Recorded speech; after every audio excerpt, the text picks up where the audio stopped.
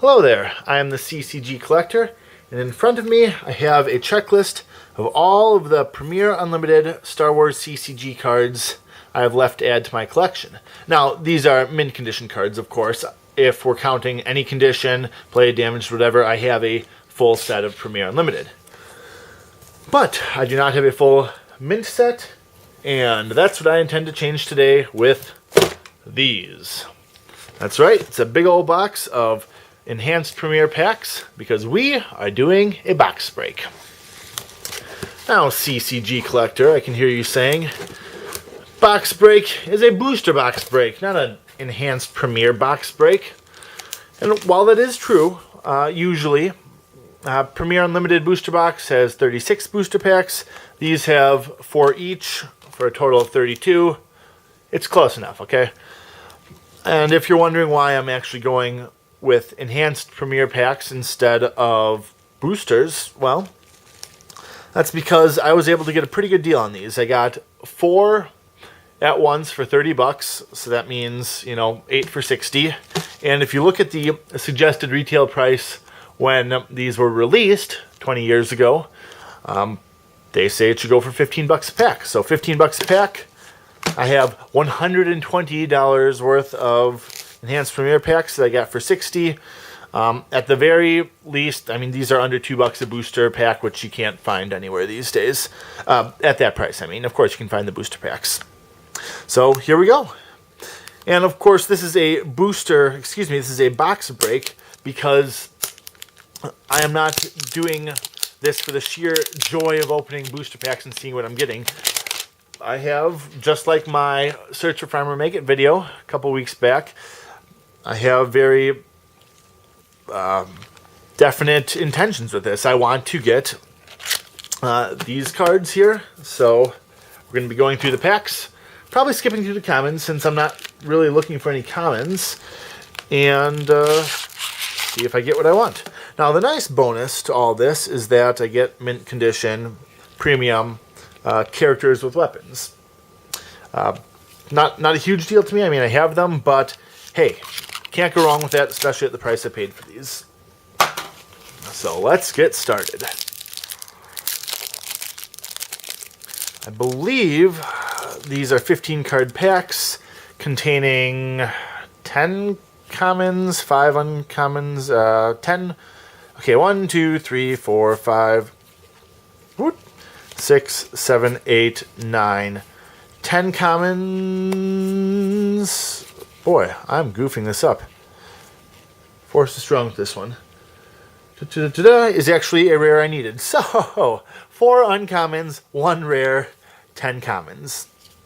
This is good. Force is strong with this one. This is one I needed. I will mark that off. And we got Darkside Kessel, which I don't need. Darkside Your Eyes Can Deceive You, which I don't believe I need. Leia's back. Quad Laser Cannon. That's okay. I'm off to a good start. Force is strong with this one. Good deal. I'll just set that over here. Commons can go over here. And the next booster pack can go right here.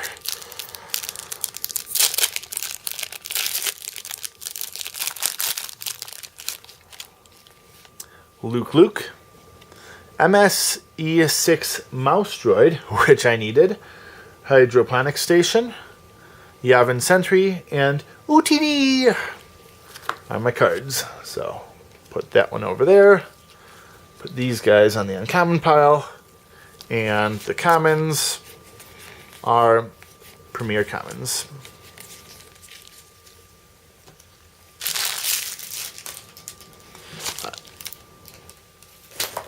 Just so that you guys can see the stacks I'm making, I think I'm going to put them here. Don't do a lot of videos like this, obviously. Next pack.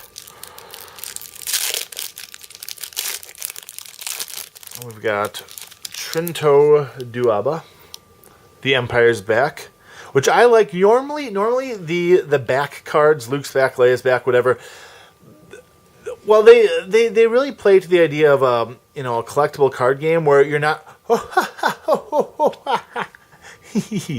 Darth Vader. That everyone loves Darth Vader, and that makes this card fairly valuable by today's standards. I mean, it's got to be at least a $10 card, I'd think. So that's awesome. Actually, I didn't need them, but that's awesome that I have them. What I was saying is that for the most part, the back cards, they're kind of what you use if you have a Luke, but you only have the one, and so you put a Luke's back in to either pull them into your hand or to recover them from the lost pile. In a perfect world, I guess, where everyone has access to every card, these kinds of cards are normally useless. Because instead of putting the Empire's back in there, instead of putting Luke's back, you would put 2 copies of Luke Skywalker. Because if one goes to the lost pile, you just play another one. Now, the Empire's back is a little bit different because it applies to 4 characters, Vader, Tarkin, Mati, or Tagi. So it has a little bit more value. But, boy, that's fantastic. I got Darth Vader. So it has a little bit more value. I don't know that it's still worth putting in over one of the other cards. But, hey, that's for you guys to decide, right? Pack number 4. So how's that? We got a Darth Vader with lightsaber as our fixed card for this, and we got a Darth Vader without lightsaber as one of our rares. TIE Advanced, Feltapern Travag. How do we get into this mess? Owen Lars, and an Upside Down Dutch. Now that's the second Upside Down rare I've gotten in this pack. I mean, I suppose it makes sense. They come from a different uncut sheet, but it's still interesting to see. Alright, what should we do next? Let's do a Luke. Who knows? Maybe we've got a Luke with lightsaber on the outside, and we'll get a Luke Skywalker on the inside. Anything's possible in a box break. Oh, there we go. Luke with lightsaber. Great looking card, of course. Hands Premier box. Goes over there. Goes over there. And we start cracking packs. We start tearing little bits of foil off the pack and making a mess. Maz Eisley, 2X, Ion Cannon, Commander Praj, and Tarkin Seeker. So the interesting thing about these Seekers is that I think there's either some contention over the wording in these, or they just aren't that good. But I see when at same location as Tarkin or alien of ability less than 3. And I read that as any Tarkin or any alien as long as they're a low ability alien. I think, and I could be wrong, but I think some people read that as when at same location as Tarkin of ability less than 3 or alien of ability less than 3, which makes all these Seeker cards pretty darn useless because, Luke isn't going to have the ability that the Luke Seeker demands. Tarkin's not going to have the ability that the Tarkin Seeker demands, and so on and so forth. And I know a couple of them were errated, but see, I don't know. I like the idea of them. I think I don't care for the idea of a meta where some cards are untouchable. Hey, Vader's lightsaber. Now, it does have an ink spot on it, but this was absolutely a rare I needed, so that's fantastic. So I don't like the idea of a meta where you say,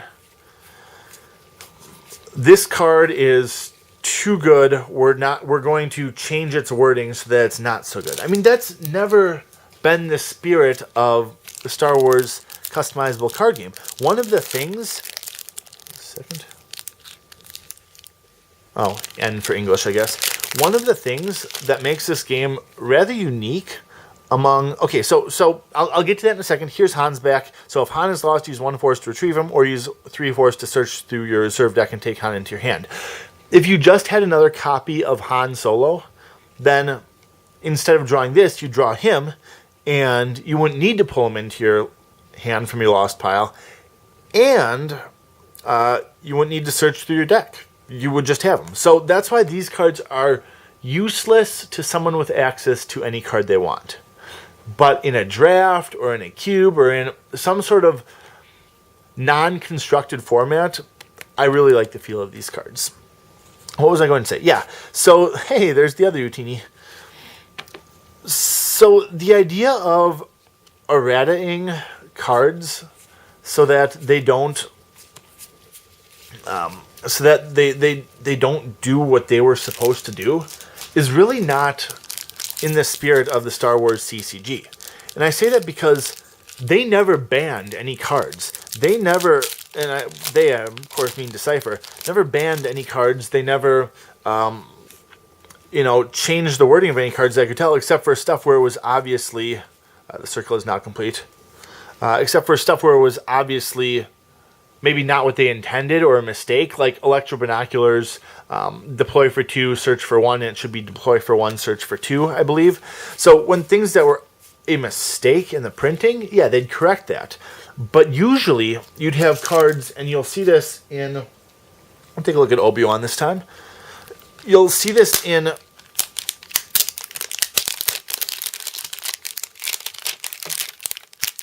sets like the later ones, like Hoth or Dagobah. I say the later ones, later compared to Premier, of course, where they will say, do this, or cancel this card, or cancel that card.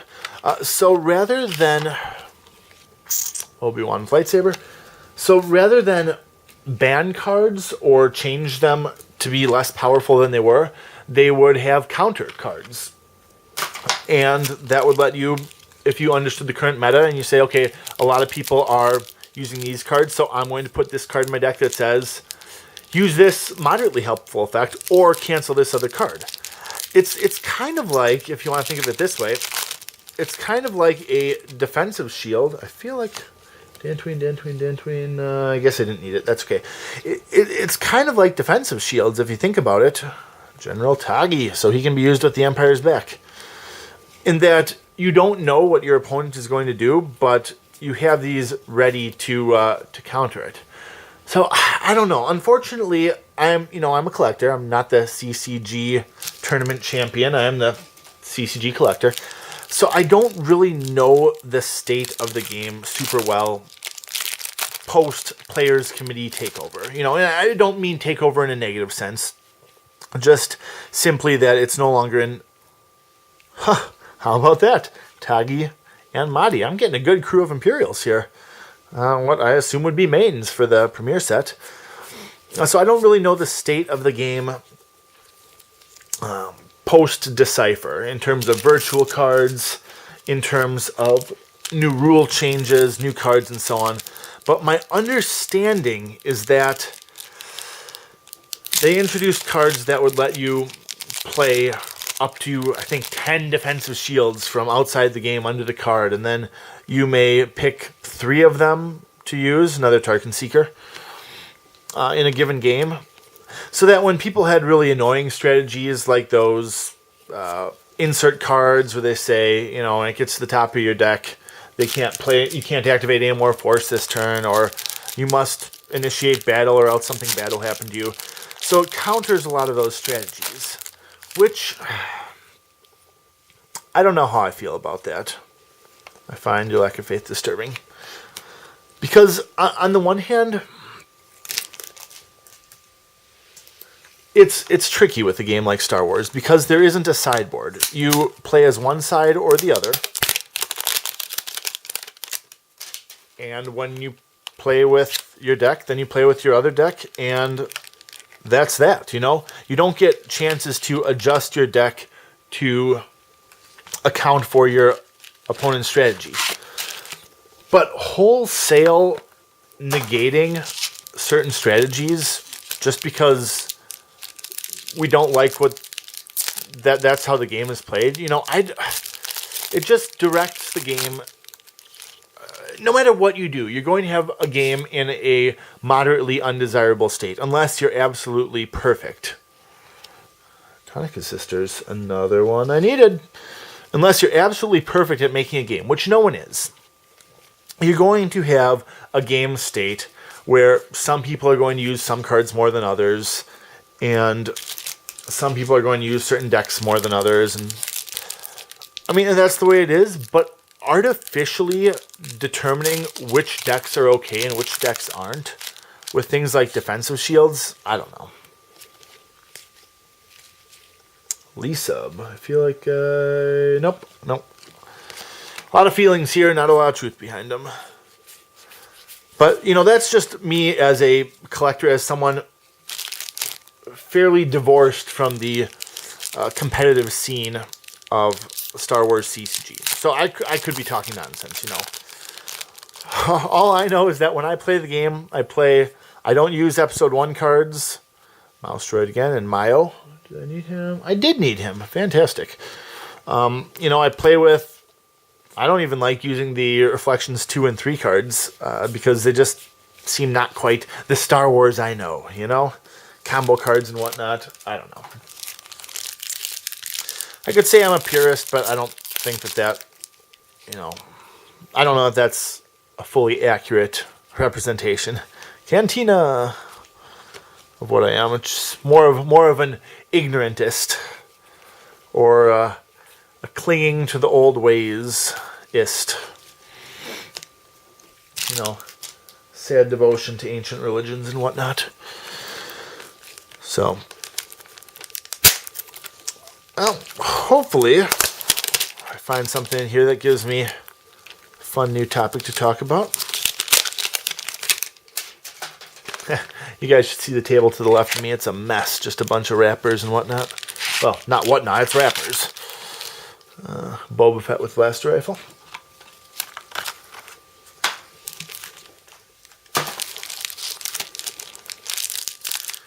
And we keep going through.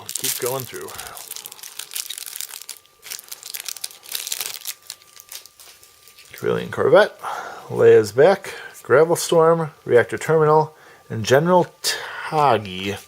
I had several of them. General Tagi. Okay, and there I got him again. And Mati and Vader and all the rest.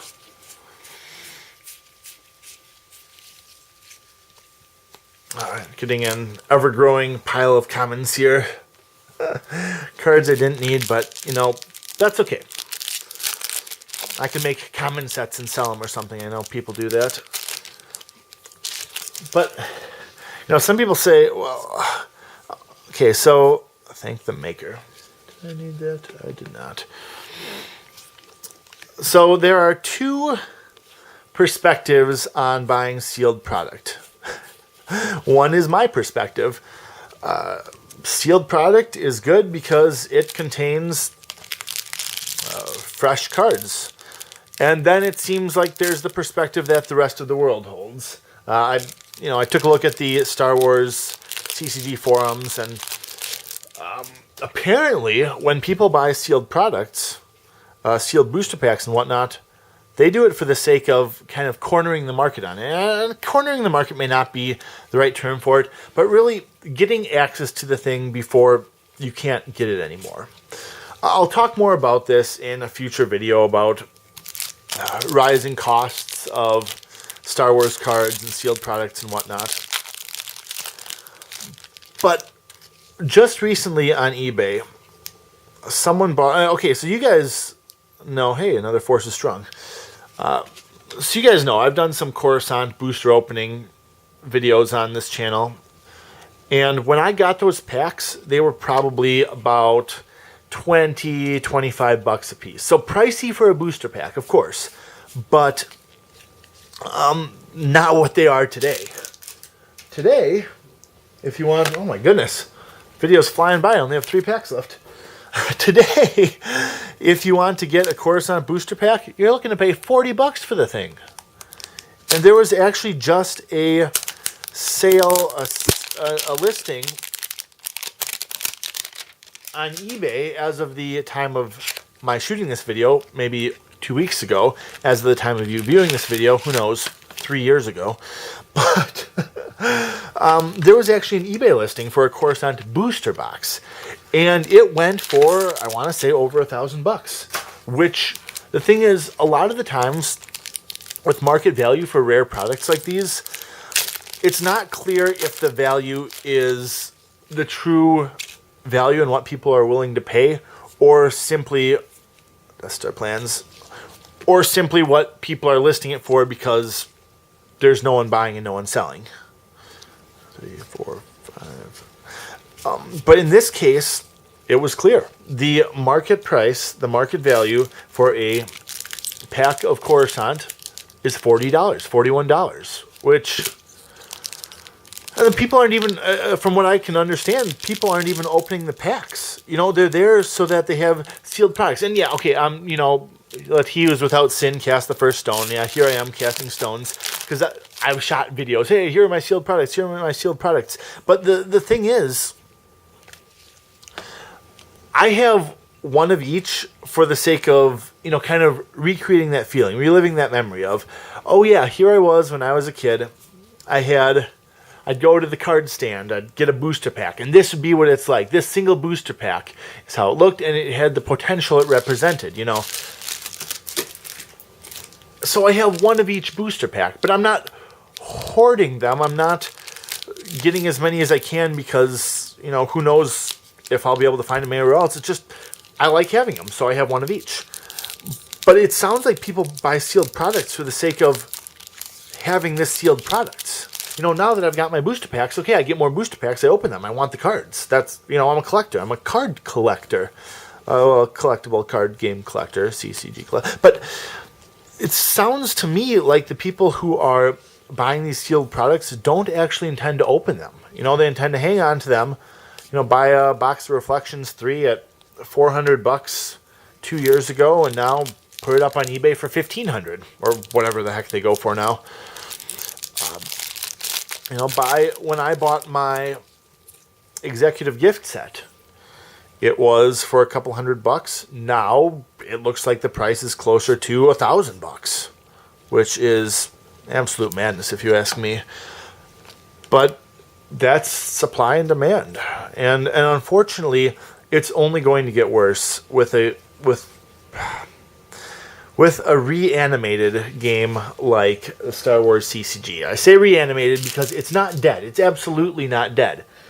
People are still buying the cards. People are still playing the cards. The Players Committee is releasing new virtual sets and all that, but the supply lines have been cut. There is a limited number of sealed products, a limited supply of Star Wars, and that will never get bigger. It will only ever shrink. And it will only ever shrink because people are buying them up for the sake of having an investment, you know, not because they want to use them, not because they want to play with the cards or open packs, but because they just want the packs because they're rare. And then you have the people who are, like me, who are buying the packs, opening them, adding them to collections, adding them to decks, adding them to whatever, and actually getting use out of them. But either way, the supply is decreasing, and it will never increase. So Star Wars is not a dead game in terms of player activity, but it will die if nothing happens with regard to the supply issues. You know, you can print all the virtual cards you want, but as long as you still require a physical card, a very specific physical card to be underneath that virtual slip, the prices are going to go up. There's a card in Coruscant called We Must Accelerate Our Plans. It's a $30 card. It's a $30 card because everyone needs 3 of them in their deck. I say needs, everyone wants 3 of them in their deck. And because of that, I mean, regardless of whether or not it gets virtualized, at the end of the day, Coruscant was not a set that had a lot of printing, and the cards are hard to find, and now they're harder to find. So that's the state of the game. I know I'm not contributing to the supply issues by going through booster packs like this, but at the very least I'm doing it with Premier Unlimited, one of the more common sets behind Jabba's Palace and Cloud City, right? Alright. Jaspur. I like this guy, because he is a 4 ability right out of the gate. Gets his power pumped from Force Icons. And, that's an instant battle destiny right there, which is a good thing.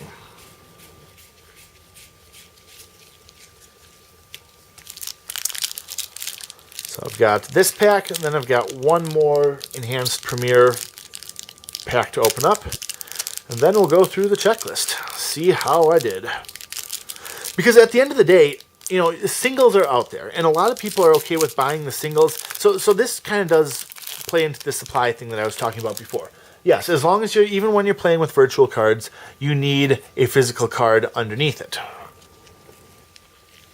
But in that case, you don't care what the condition of the card is. It can be bent in half. I was about to demonstrate, but they're common, but still, you gotta respect them. They're pack pulled. But you can have a card bent in half, and as long as it's properly sleeved up and it's not clear what that card is distinct from the others in any way, you can have it. So it doesn't matter so much that you... So the singles are available if you don't care about the card condition. The problem is when you include shipping and you include eBay fees and you include whatever else you want to include, and you include the chance that the cards that you'll be pulling are beaten up or are damaged or have been handled, now it's a little bit more of a toss-up. So if I wanted to go through Premier Unlimited, I got this checklist and it's got a bunch of cards on it. Say each card cost me $1. That's not true. Some are going to be more, but say each card cost me $1. I don't know what condition that card is going to be in. I mean, I know that someone is going to list it as near mint, or someone's going to list it as mint, but a lot of people just think mint or near mint means I didn't dunk it in a tank of water. And that's not, of course, what that condition grading means. So by getting booster packs like this, especially at under $2 a booster pack, I am pretty much guaranteed... Physical choke, did I need that? I don't know. I probably needed it for Premier Limited. Guaranteed to get my money's worth out of it. So that's why I'm going through boosters. That's why I'm diminishing the sealed product supply instead of just buying existing products on the market, because this way I can guarantee a perfect mint set of these cards. I've had the non-mint set, been there, done that, and I'm happy to leave those days behind me. The Saucy Throne Room. Now this, as I understand, is actually a pretty powerful ability. If this is your starting location, light side goes first in the game.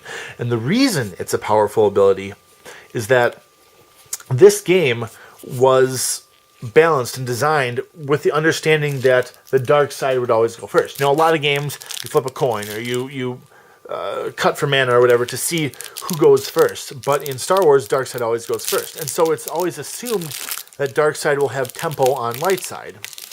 And Throne Room, if played with an appropriate strategy, can really throw a wrench in that.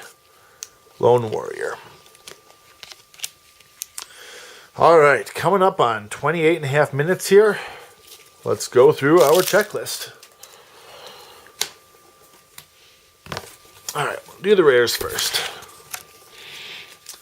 I will include a timestamp for those of you who just want to see what the end result was, because there's no quick way for me to go through these and do the checklist. I'm just going to have to do it this way. But, yeah, for now you're stuck with me. Or you can click the timestamp link and you're not stuck with me. So, Dark Side. You know what? I don't know that I'm actually going to go through the rares. I'm just going to trust they have them. Alright. These are ordered by characters, then devices, interrupts, and so on, effects. And just because that's how the card list that I reference does it. So characters, this, that, that. Let's go through them.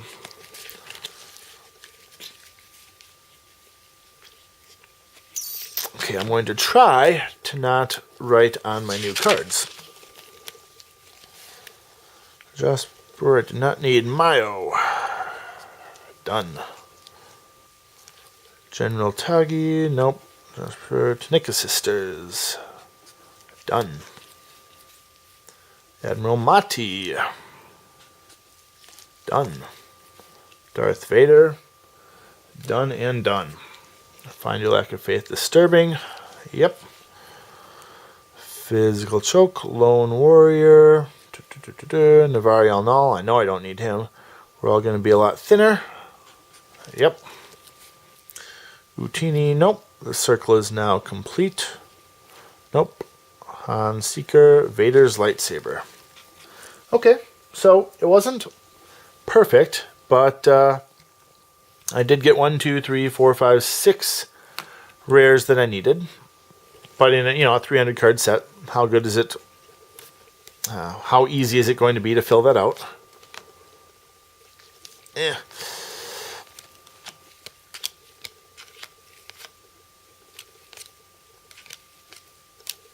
couple of Tarkin Seekers there. Wonderful.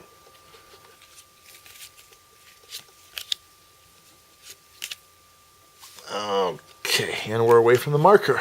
Yes. Starship rather. Weapons. There we go. Lisa, Calfall. Boy, bad luck. Death Star plans. Nope.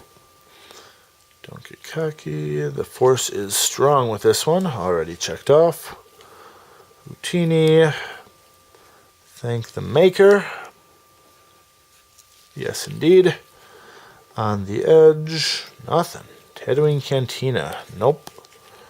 Saucy Throne Room. Yep. Red 3. Nope. And Tarkin Seeker. Okay. So I've got 1, 2, 3, 4, 5, 6, 7, 8, 9 rares that I needed. Not going to go through the uncommons on the video, but hey. Thank you all for watching. I'm the CCG Collector. That was a Premier Unlimited box break, and I will see you all next time.